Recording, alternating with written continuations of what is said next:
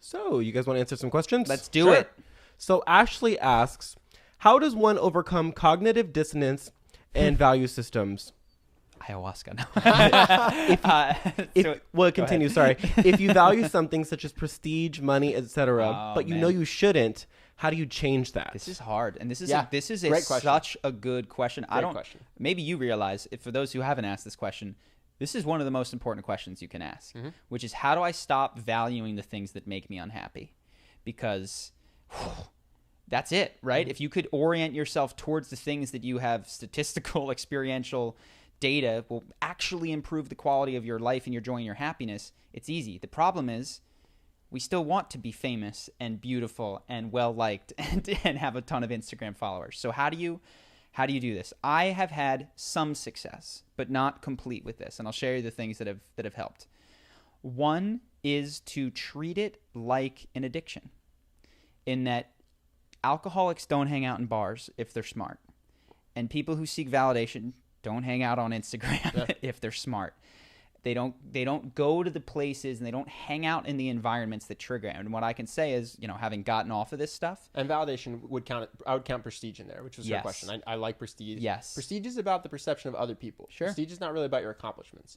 If you continue to accomplish great things in your career and in your philanthropic efforts, but you just don't brag about them on social media, you're now just doing good stuff. You're no longer trying to chase the prestige.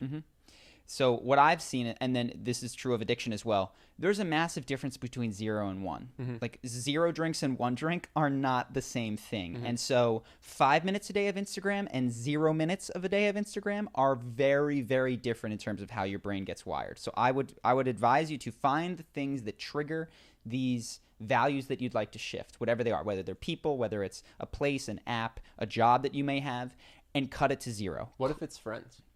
What if you have a friend group that's very prestige hungry and is constantly asking you how much you make? Or, oh, did you get the promotion? Or what firm did you work at? Oh, you got that firm. That's crazy. That's so good. Yeah. What do you do now? Because they're your friends. So I have, I think you might have an answer. No, I don't.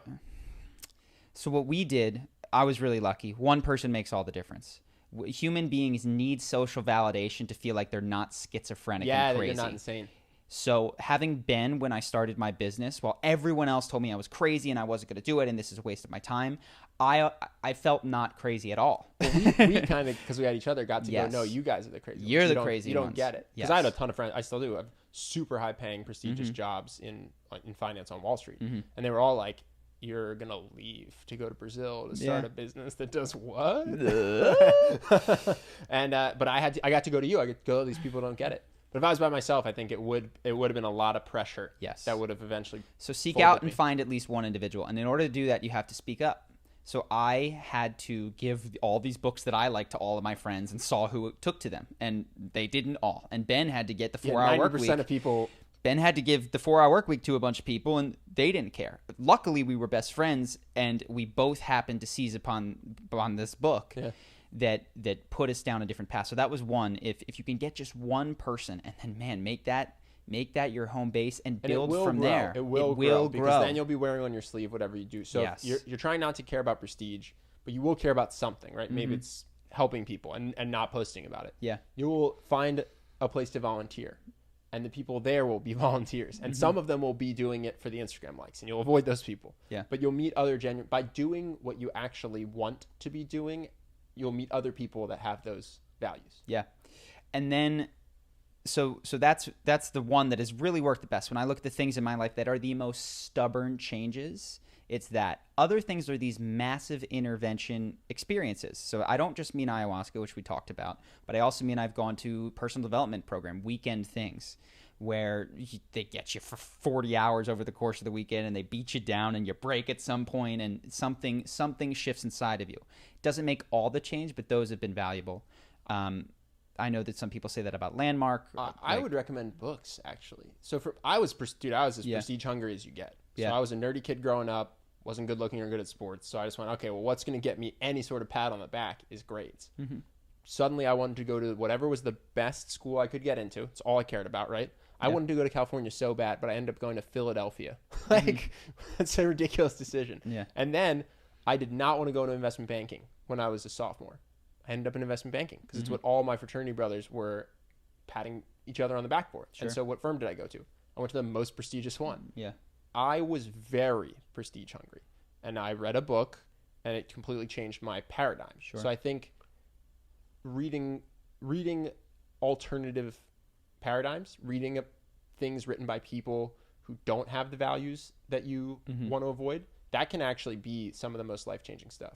Yeah. Because weirdly enough, I was that to a T until I was 22. You know what I mean? Couldn't find someone more prestige hungry. I didn't want the money. I just wanted the validation and the pats on the back. Sure. And the last thing that I'll say, and this one has worked, this works for the ones that aren't the deepest in you, but are like mid-level things that are stuck in you, is a video we have called How to Stop Self-Sabotage, I believe. And it has an exercise in there where you go and you do free association to pull out whatever associations you have to prestige or to money. And what you'll realize is some of the roots of these. Not every time, but you can get in there. And that helped me with actually limitations around earning money. You know, I put the brakes on our business for a long time because I thought that earning more money would make me unhappy because I lived in New York City and I was seeing all of these rich, unhappy people. And it was only when I did this exercise that's in How to Stop Self-Sabotage that I saw that and went, oh my gosh, this doesn't line up, and I could start to unravel that.